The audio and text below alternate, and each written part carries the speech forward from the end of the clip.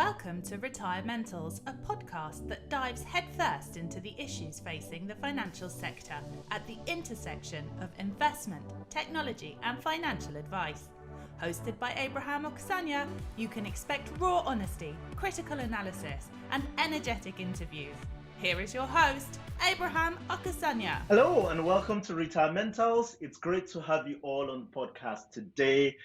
My guest today is Ed Moisson, who is the Associate Editor at Ignite Europe, an FT publication, and the author of a new, dare I say, fascinating book, The Economics of Fund Management. And I say that with all due respect. The title does sound like an academic type reading, but actually it's a powerful, insightful book into the inner workings of asset management or the business of asset management. So, Ed, welcome to Retirementals.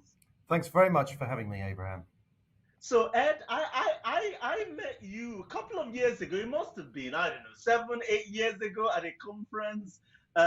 But for and I've followed your work and your writing since then. For the purpose of our audience, who are mostly financial advisors, who may not be familiar with your work, give us a little bit of an insight into your career and how you've come to write this book.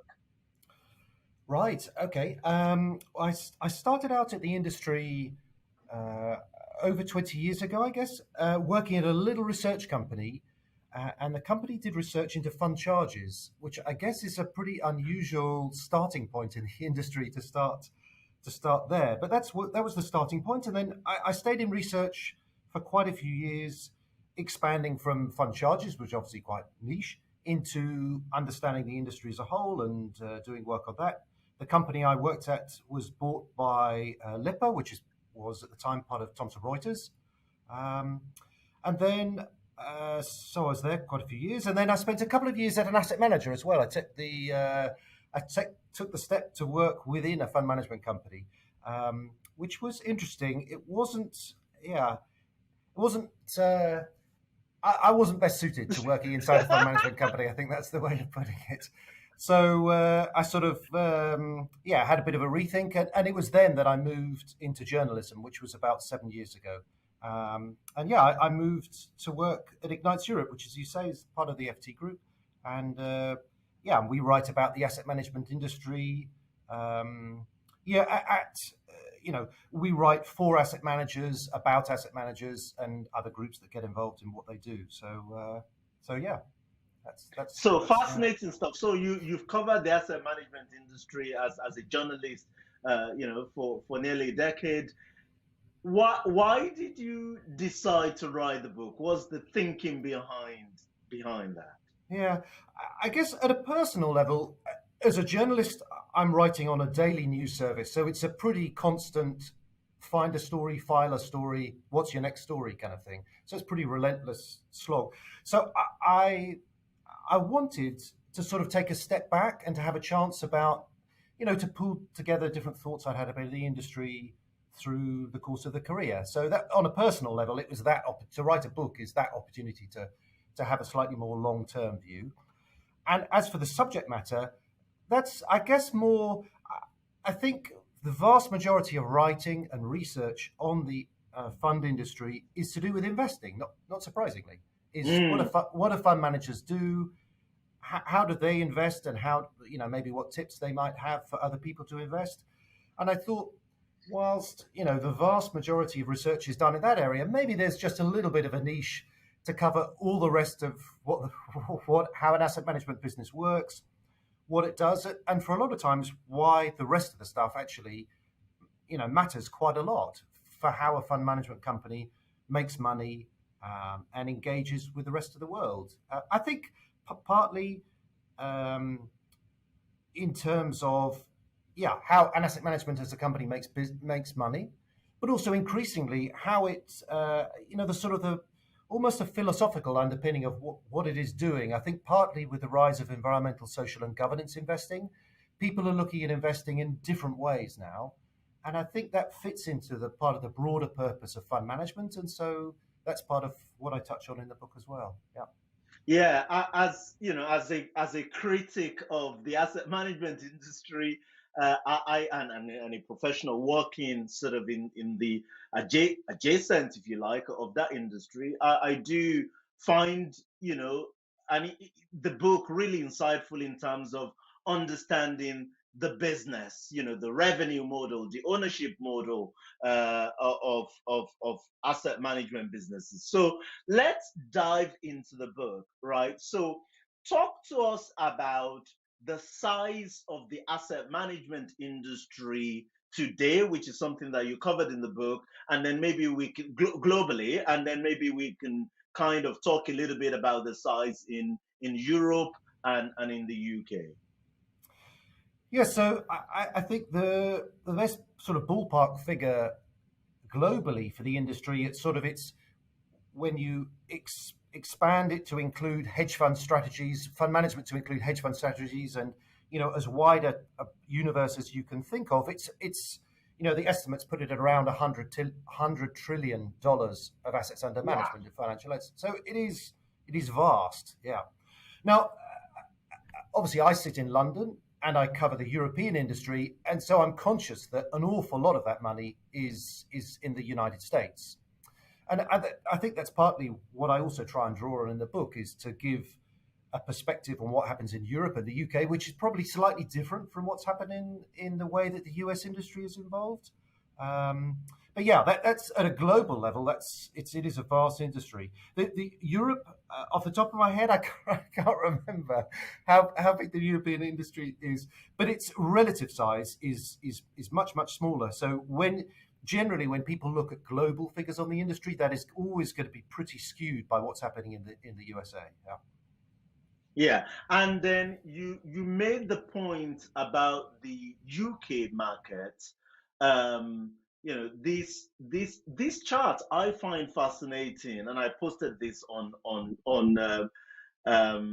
Twitter about the gross versus sort of net inflows of into UK mutual fund sector, and the figure is like there is 233 to 223 billion a year now going into the fund industry at a gross level, and the net sales actually about 10% of that.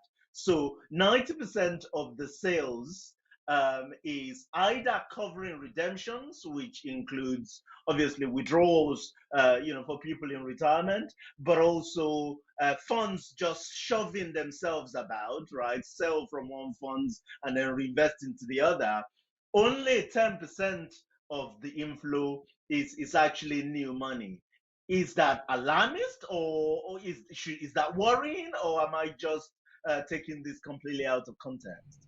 No, I think you're right, and I think this is one of the challenges from an asset manager's perspective. That's one of the challenges, is why they put such a big emphasis on sales. Is they know a lot of money is going out of the door, so that it's a constant battle for them to be getting more money coming in through the front door to cover those redemptions. Yeah, absolutely. And I don't think the UK. I mean, yeah, I don't think the UK is. Those are UK figures. I don't think that's unusual in that respect. That yeah, there's a lot of money which is, as you say, people are either drawing it down for their retirement, or people switching into different into different products. Yeah, and also I think the actually the UK compares fairly well compared to the rest of Europe in terms of the way that new products are sold. So a lot of the flows often are going to be moving into new fund launches. Often there's a lot of marketing hype around a new fund launch. And that's actually, you find that's even more pronounced in continental Europe than in the UK. In the UK, it tends to be more based on a performance track record.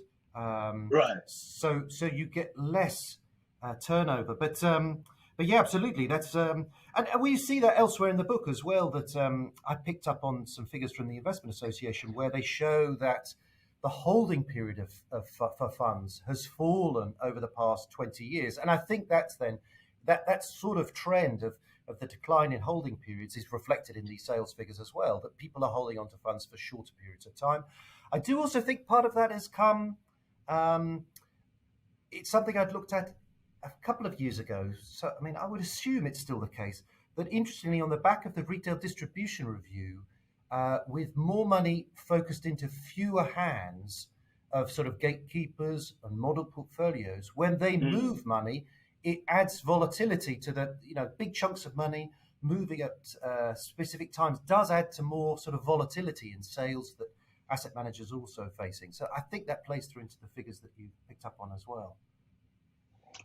Fascinating stuff. One thing I was trying to understand in the book is you made this distinction between, mutual fund structures and institutional mandates and their relative sizes. Can you shed a little bit of light, especially to those of us on, if you like, the retail side, in terms of how how things compare in terms of size and the way these institutional mandates work? Yeah, it's I have to say I've spent most of my life working in the funds bit of the world. So in fact, that was something which was quite enjoyable for me to sort of try and see what figures are available, because I think that is one of the big pluses of the mutual fund is that in principle it's pretty transparent. You can see what's going on most of the time. Yeah. Mandates, because so with a mandate, what you're doing rather than a mutual fund, a pool fund where retail investors or financial advisors can be moving money in and out normally on a daily basis. A mandate is an agreement, so there's not a sort of a shared structure. It's an agreement specifically between one generally institutional client and an asset manager to manage a pool of money on the institution's behalf, and so that's a one-on-one contract in most cases, and the terms of that contract are agreed between the two parties. So whereas you have a sort of a communal structure for the mutual fund, it's much more of a contractual basis between two large businesses when we're looking at mandates. But I mean, why I think it's important to bear those in mind, the mandates in mind, particularly in the UK, where estimates suggest that the size of the institutional mandate industry is considerably bigger than UK mutual funds. I don't know. It's maybe off the top of my head something like a third bigger in mandates than in mutual funds. I think one thing that is worth noting, though, is that whereas generally, and also the way I've spoken about it here, people tend to think of mandates as to do with institutions and mutual funds to do with retail investors and their financial advisors. I think those lines have become slightly more blurry over recent years. I think Right. more institutions are happy to use mutual funds if they can get a fee level which they find acceptable. And for a smaller institutional investor, maybe sometimes that's a way to get access to a particular fund manager, which they wouldn't do. They might not be able to have that set up directly with an asset manager on an institutional mandate basis.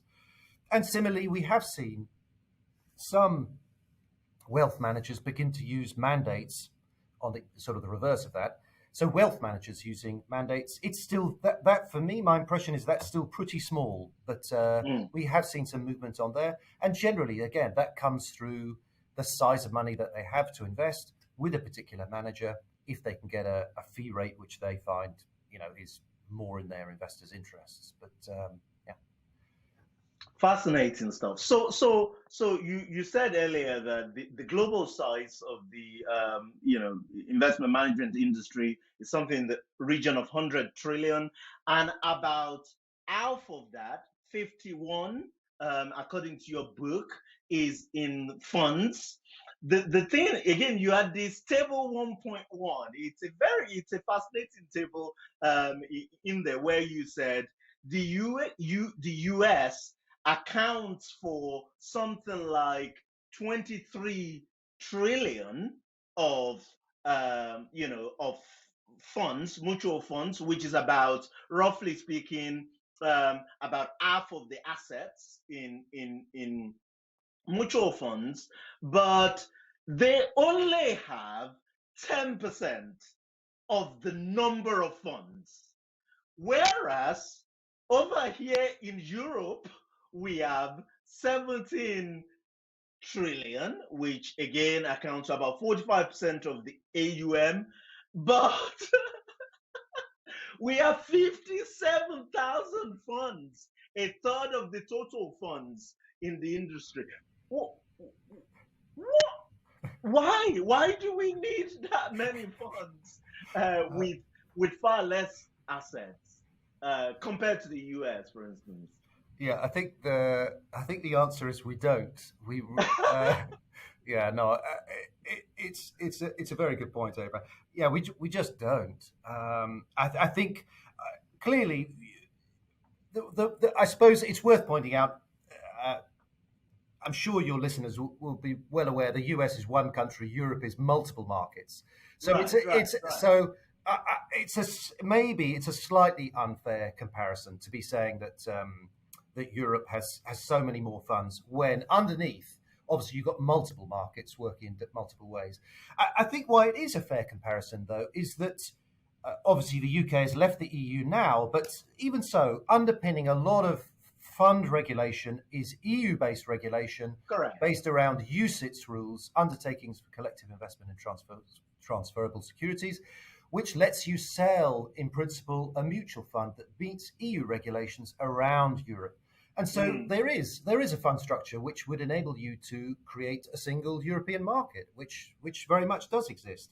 That hasn't stopped asset managers from building locally based funds for those local investors, and it's that I think that is one reason why you get that massive replication of funds.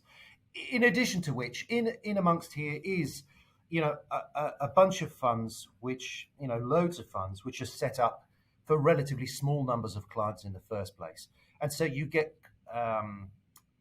you do get a lot of funds which are set up for relatively small numbers of clients, and therefore it's maybe not a retail mutual fund as you and I would tend to think of it. But I guess most of what I've just said is one massive caveat.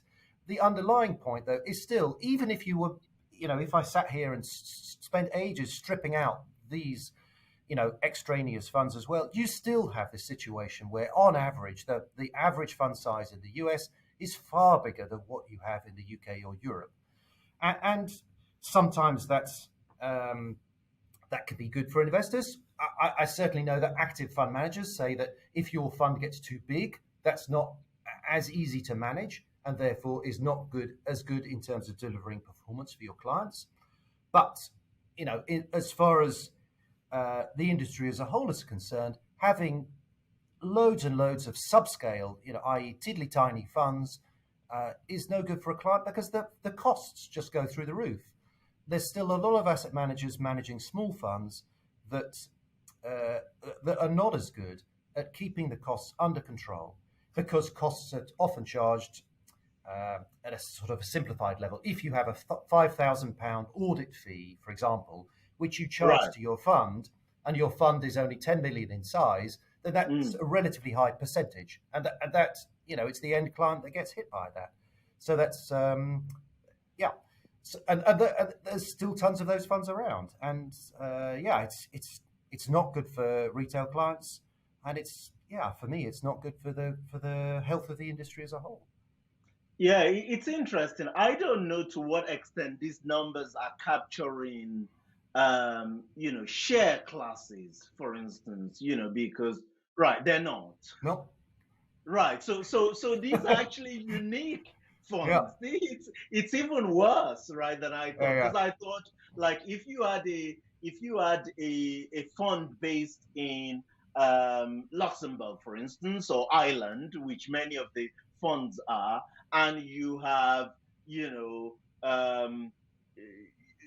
UK share classes and sterling share classes and European share classes, and then you have so you have currencies, and then you have maybe accumulation, decumulation, maybe some preferential institutional share classes, if you like.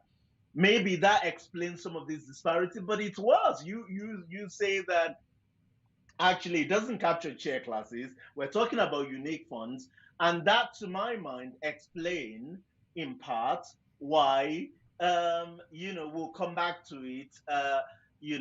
Costs are relatively higher in the UK compared to, say, the UK, Europe, compared to America, for instance.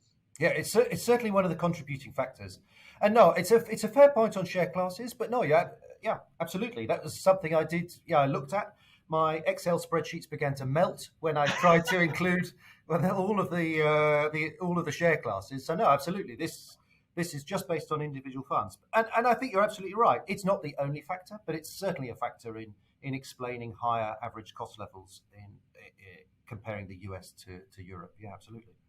Incredible stuff. The other thing I find quite fascinating is the ownership structure of the asset management industry. So again, in the book, I kind of listed I picked 4 or 5 different types of ownership structure of asset managers. Can you talk a little bit about that? And again, if you want me to aid you with my list, then I can do that. Yeah, I suppose. I mean, why don't you nudge me as we go along? I think the main one, particularly once we're looking, when it applies to the UK as well, the main one I think is whether your asset manager is an independent firm or whether it's owned by a part of a larger financial services business. So an Mm, independent asset manager would be the likes. Well, the most obvious one is BlackRock, the world's largest asset manager. That's a standalone company. What you also do have asset managers that are part of big banks, HSBC. Once we look at a European level, the likes of UBS and Credit Suisse, they're big Swiss banks with massive asset management operations as well. In Germany, DWS. In France, Amundi. These are some of Europe's largest asset managers, and they're part or majority owned by banks. And I think why it's worth bearing in mind is that therefore. Um, One of the issues that I try and deal with in the book is the potential tensions when a business is trying to grow between its fund investors, its sort of its clients, and its shareholders. Now, obviously, if you're an independent asset manager, you could be privately owned, and so I guess your shareholders might be effectively the partners of the business. But I think you have a different perspective if that's your position than if you are publicly listed. So BlackRock is listed in New York, Schroders, Aberdeen, listed in the UK, or the other asset managers I mentioned um, in Europe are listed on their domestic stock exchanges as well. And that means that they have two sets, in broad terms, of interested parties in how the business does. They have people that are invested in their funds, and they have people that are invested in them as a business. And I think that does create potential conflicts of interest in an asset management business. I'm at a very basic level.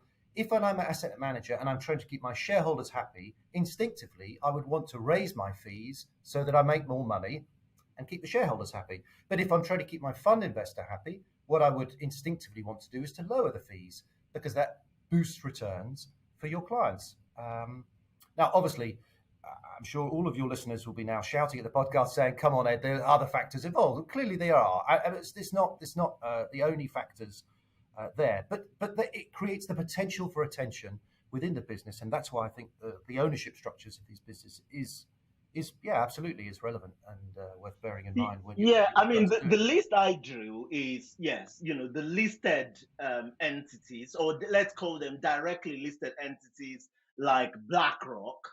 Then you have the private entities. It still boggles the mind to think that as large asset managers like Fidelity, uniquely, but Fidelity, Dimensional, they are owned by they're private companies, and therefore they're not listed.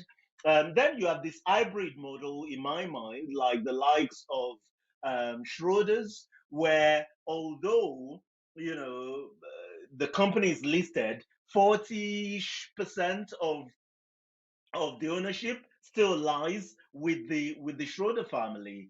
And then you have Vanguard, uniquely, Mutual, where the fund, the fund, certainly the US funds own, the actual company, the investment manager. So that's kind of how I thought about the different structure. And then you have the old co, the olden co structure. So you have the likes of, which you talk about again. These are all from your book. Where you talked about the likes of, is it called affiliated managers group, which basically takes stakes in uh, you know asset management firms, small asset management firms, and leaves them, to try and run under their own brand and, a degree of ownership for the people who run in the business. So I guess, to my mind, do we have any evidence that one ownership model is better for investors or significantly detrimental, to investors? I've not seen research. No, that's you come up with the tough questions, don't you? I've not seen research to show clear evidence of that. Years ago, I remember back in my research days, I did look at the relative performance of funds by different business owners, and what I saw at the time was that generally firms which were independent with their funds tended to take more risk. You get more volatility in the returns, and so the fund's performance either used to be very good relatively, or so they would either be sort of first quartile or bottom quartile. Whereas firms which are owned by banks or insurers tended to be a little more risk reverse, and so their performance would tend to cluster around the middle. I mean, that was research I did years ago. I mean, quite possibly some academics have done more robust things. I've not seen conclusive evidence to say as to which model is better or not. Although, what I would say is that instinctively, as I think with any business, if it is owned if it is owned and run by the same people, I can't help thinking that helps them to have a long-term view, and running a business, as with when you're investing, being able to take a long-term view, I think is hugely beneficial. That you're not chasing short-term results, you're not worrying about what someone's going to be telling you at your next quarterly meeting. It certainly creates different pressures and a different perspective on the way that you're managing a business. Yeah. I mean, what we do know is that model like Vanguard's, which is unique in the sector, at least goes a long way to address this conflict as far as fees are concerned, between the investor and the shareholders. And one would argue that the likes of BlackRock haven't done a terrible job, as far as that's concerned. I can't help think that I would like to see the research that, especially firms that are owned, asset managers that are owned by banks, and where, or entities with distribution, some relationship with the direct end investors, will be very, very reluctant to um, push costs down, because they own the distribution, they have relationship with the clients, and they're not as worried about competition as firms that are maybe publicly listed or directly competing fairly for assets in the market. But that's just speculation on my part. Mm. Um, And added to that, no, I think it's an interesting point though, because added to that, you do see asset managers at the moment looking to, in simplified terms, buy distribution, where an asset manager might be looking to invest in a robo-advisor on the hope that maybe that'll bring in assets over time, or setting up a wealth management relationship. You see that with Schroders and yes, Scottish Widows. with Lloyd's. So asset managers are certainly very well aware that the ability to control distribution can be, absolutely can be very powerful in securing flows, and obviously that then improves their bottom line. That's no, I think it's certainly a dynamic which is, it's worth looking at, and I think often people don't. It's often something which don't people consider, and I'm sure to that extent it's been a powerful marketing tool for Vanguard. As you sort of hint at, their ownership model in Europe is a little bit different, but it's always been a pretty powerful way of presenting themselves as trying to align the interests of their clients with their owners, because they're one and the same people in the States. Yeah. The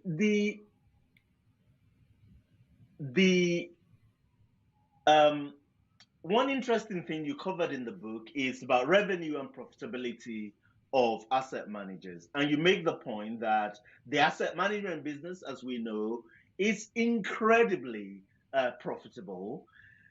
The one thing I struggle to get my head around, you had this table 3.3, where you put the net revenue as a percentage of AUM of asset managers to something like 26 basis points for the UK, about 33 basis points for Europe, and 23 for the US. The thing that jumps at me there is, why is the fee, right, revenue, which is my revenue as a percentage of AUM, is essentially an indication of the fees that they're getting. If the typical asset active funds, sadly as we know it in the UK, in the region of 80-90 basis points, how come the net revenue is 26 basis points? Obviously, there is the implication of, passive versus active there. Maybe there is some implication about this institutional or this mandate type thing, the institutional mandate versus funds in the equation. But my question is, why is the net revenue as a percentage of AUM so low relative to what we think of as the fees that asset management businesses charge? Yeah, I can't remember writing the flipping thing. That's fine. I was thinking that it has something to do with, to an extent, obviously active funds will be in the region of 80 basis points, but passive will be, say, 10-20 basis points. And then there are all these institutional mandates where, we saw this with the likes of SJP actually, where the actual money or fee that the SJP is paying to asset managers is actually in the 30 basis point mark, and they mark it up and charge a much higher fee. And then you have all these institutional mandates that are maybe paying 5-10 basis points because of the share size and volume. And my thinking is just that the end investor, the retail investor, is put at a significant disadvantage compared to institutional type investor. Is that your sentiment, or do you disagree with my speculation? No, that's absolutely right. Clearly, the two main reasons why we're going to see lower fee levels than you might expect is the importance of passive and the importance of institutional clients. My hesitancy, I suppose, is I'm not entirely convinced that that's the only reason specifically for these figures, and I wouldn't want to sort of say that covers everything, because I have a feeling the consultancy firms that were putting these figures together are probably doing something more than that. But you're absolutely right. In principle, when you and I might think about 80 basis points, that's very much a standard, and obviously that's going to be an actively managed fund for a retail investor, obviously without trail commission. But that absolutely doesn't reflect the impact you would get if you're then layering in the impact of reduced costs through passive funds, which are increasingly important, particularly in the States. That's going to have a bigger impact in the States, or for institutional clients. So absolutely, if we're then going to include, if the analysts have included mandates within this, then that's obviously going to have a big impact as well as to in terms of revenue, because their mandates are going to be on institutional fee levels, i.e. very much lower than what you get for the standard retail class. All I would say is that I think passive must be having a significant impact there, because increasingly a sort of a standard institutional fee rate, okay, not maybe for all institutional clients. Obviously, the more money you're able to invest, the lower your fees are going to go. But the standard institutional fee rates are often, those you can find in a particular share class on a mutual fund. That's not to say there aren't discounts and so on going on, but compared to pre-RDR, when you'd automatically see a massive difference in those fee levels between a retail share class, including trail commission, compared to an institutional share class, which doesn't have trail commission and probably was a bit lower than that anyway. That divergence obviously has massively tightened. Yeah, absolutely. And so that, I guess, then is also then playing through to these figures. But yeah, absolutely. The institutional fee rates are definitely going to be much lower, and institutional clients buy passives too. So you're going to be getting a sort of an increased effect there. Yeah. The one thing that actually also fascinates me from that part of the report, the book, is that it costs 19 basis points in the UK. Costs 19 basis points thereabout to run an asset management business. In this case, most of them actively managed, and that's even regardless of, as you pointed out in the book, the very high salaries I pay in the sector, and the big marketing costs and distribution budgets that they have. In spite of all that, it only costs 19 basis points to run an asset management business, and then they end up with a profit margin of 30-40% in many cases. So the point is, how far do you think price, certainly thinking about Mr. and Mrs. Miggins, the retail fund, how much room do we have for prices to come down and still leaving an healthy margin for the asset management businesses? Yeah, I mean, asset managers would be quick to point out that, they've been coming under cost pressure as well. It's that these figures we see here, absolutely still very healthy, but that's been under pressure. I think what they might have expected a few years ago, having a bigger book of actively managed funds, would have helped their profit margins more. So that has been coming down a bit. Is there room for that to come down further on fees? Well, yeah, absolutely. How much further can it come down? It's tricky. Obviously, most of the cost competition or the cost changes we've seen in the UK have been either the stripping out of trail commission over the past, whatever it is now, it's almost 10 years. RDR flies by, doesn't it? Almost 10 years, plus then the growth of passives. As passive funds get bigger, they'd be able to reduce their costs more, and that's obviously where we get most willingness among asset managers to reduce their fees is on the passive side. And you've mentioned Vanguard before. Clearly, they're a good example of a firm that's generally pretty quick when their assets rise for them to lower their fees if they can, because for them that's part of the way that they present their business. But they're not alone.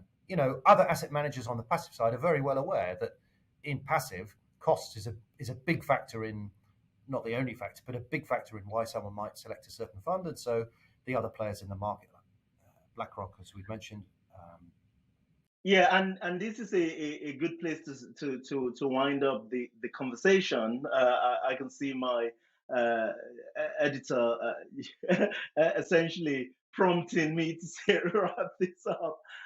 But this issue of fees and the purpose of the investment management industry. You talked about the purpose of the investment management industry, and then you talked about um, the fact that the the asset management as a business actually ignores the law of demand and supply.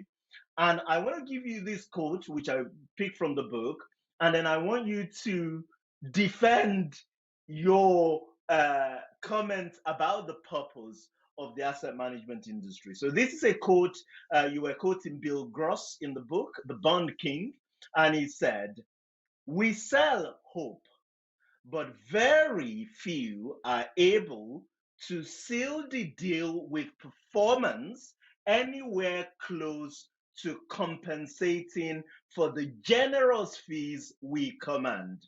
Hope has a legitimate price, of course, even if it promises are never fulfilled." Now, you make the case in the book that the purpose of the investment management industry is to make their client wealthier.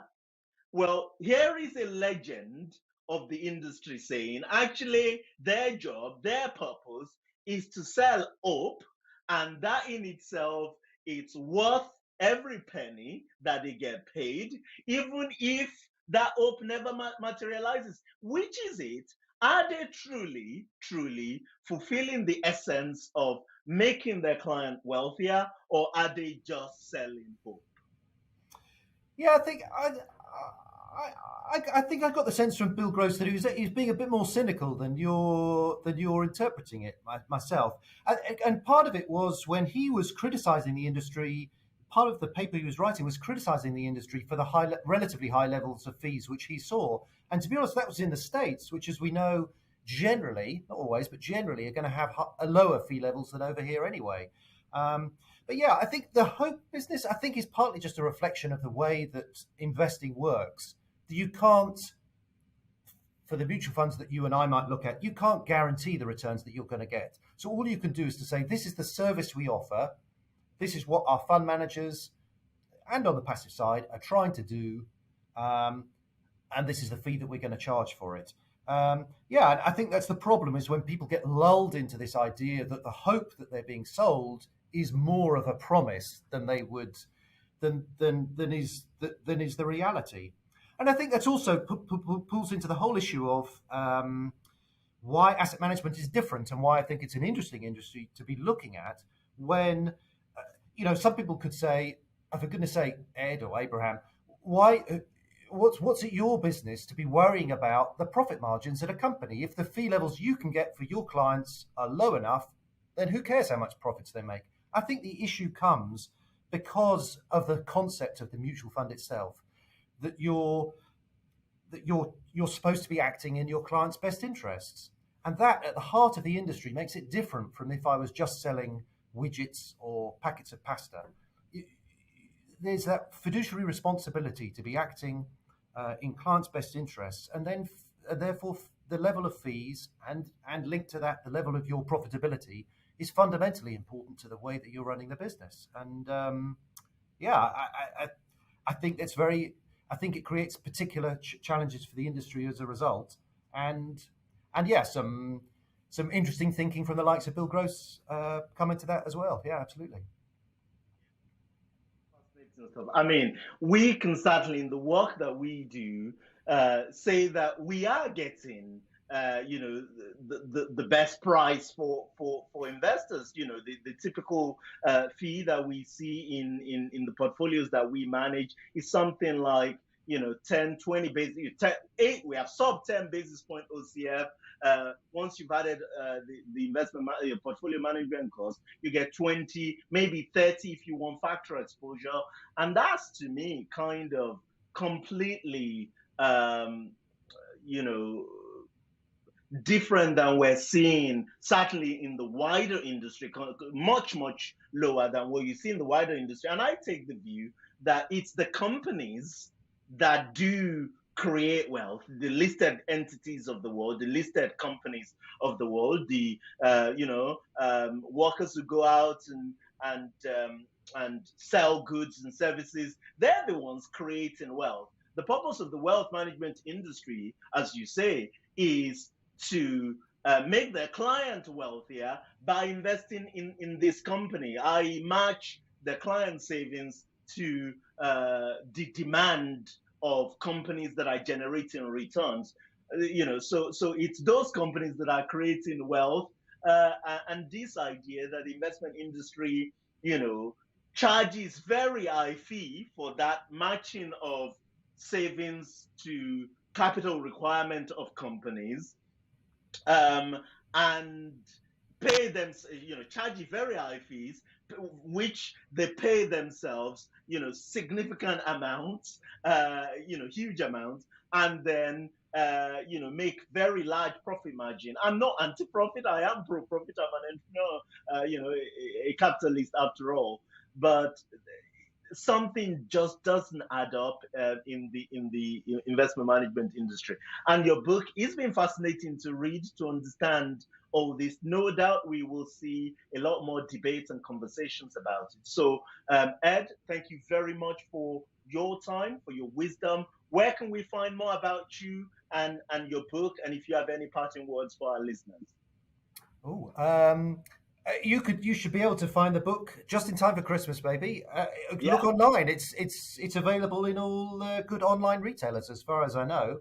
And I got mine from Amazon, and that's good. Okay. Are we going to get an audio copy? No, is that? Well, if you're open to freelance work, Abraham, then yes, I might come knocking on your door. Ed Moisson, thank you very much for your time. Thanks very much, Abraham.